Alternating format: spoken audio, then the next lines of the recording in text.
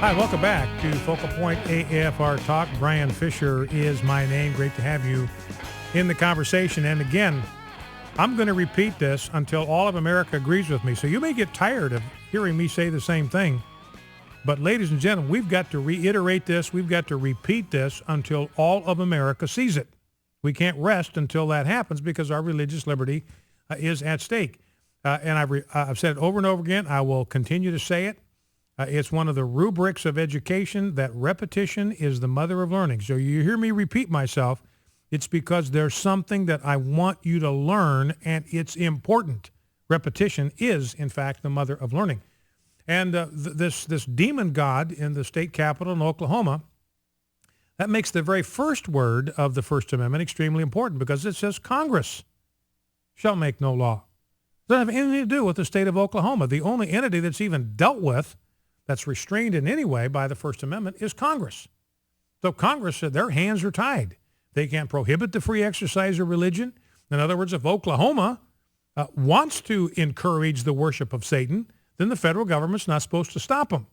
But nor is the federal government to intervene in what the states do and do not do and order and mandate what they do, what they can and cannot do when it comes to religious expression. That was left for the states.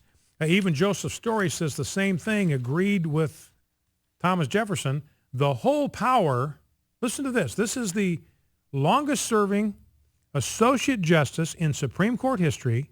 This is the author of the first definitive history of the Constitution, the one that was written closest to the time when the Constitution was actually crafted by Joseph Story, appointed to the Supreme Court by the father of the Constitution, James Madison. And he's talking about the fact that the first word in the First Amendment is Congress. Everybody seems to have forgotten that. They've lost sight of that. It's as plain as it possibly can be. Congress means Congress. Congress is the only entity that's restrained by the First Amendment. That means Congress is the only entity that can violate the First Amendment. Got a story in the stack about a kid who took candy canes with the story of Jesus to give out to his classmates like in first grade. And the teacher grabbed him. The teacher confiscated all of all of the messages, said Jesus is not allowed in this school, ripped up the messages, threw them in the trash, and gave him the candy canes with no explanation of what the colors and the shapes stood for.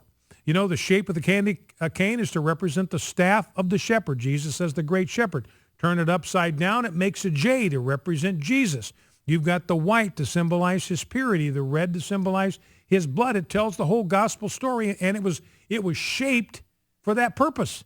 The guy that invented the candy cane invented it in order for it to be a parable of the gospel of Jesus Christ. So she rips it out of his hands, throws it in the trash, tells him Jesus is not allowed in our school. Well, he cannot possibly violate the First Amendment. He's a student. He's not Congress. If only Congress can violate the First Amendment, a student handing out candy canes in his classroom can't possibly do it. It's not even historically, logistically, rationally, legally, morally, constitutionally possible for a student handing out candy canes to violate the First Amendment because he's not Congress. So anyway, Joseph Story says, look, Thomas Jefferson is exactly right. The whole power over the subject of religion is left exclusively to the state governments to be acted upon according to their own sense of justice and the state constitutions.